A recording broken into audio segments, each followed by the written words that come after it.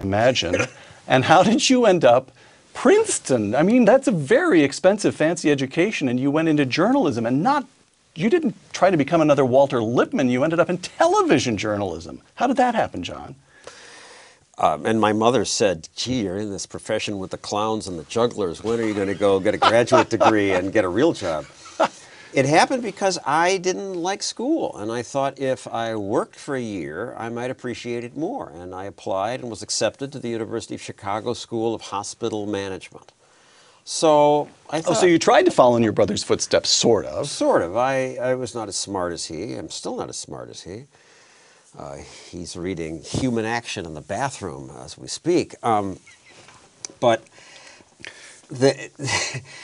I didn't know what I wanted to do with my life. So it was 1969. It was a good year for the economy. Lots of companies came to campus and interviewed undergraduates. And I went to just about all of them searching for what would appeal, what might be my career. And I had no clue, but the most interesting job offer came from this Seattle magazine because it was in Seattle and it was the longest free airplane ride. So I thought, well, I'll go see the Northwest. I've never been there. And then Seattle magazine folded before I got there and they said, you want to work as a researcher in our TV newsroom?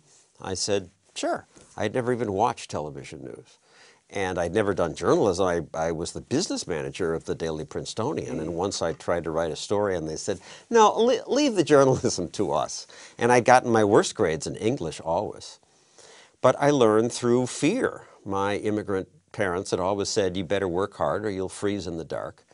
And I watched what the on-air people did. And I'm ambitious. And I decided more research was good. And I didn't want to be covering politics because of my stuttering, and I noticed nobody was really covering science or business or medicine, really. Mm-hmm. I'll cover that. I became one of the first TV consumer reporters.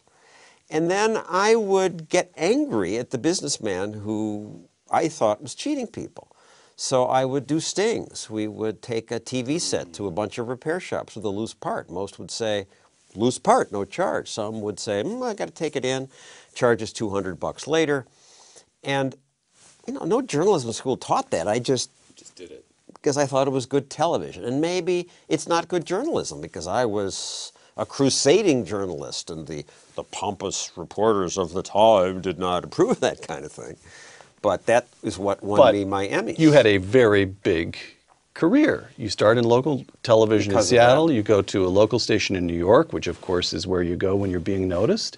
And then you got picked up at ABC while still very, very young. Good Morning America, then 2020, the big prestigious show at ABC. And before long, you're a co-anchor of 2020.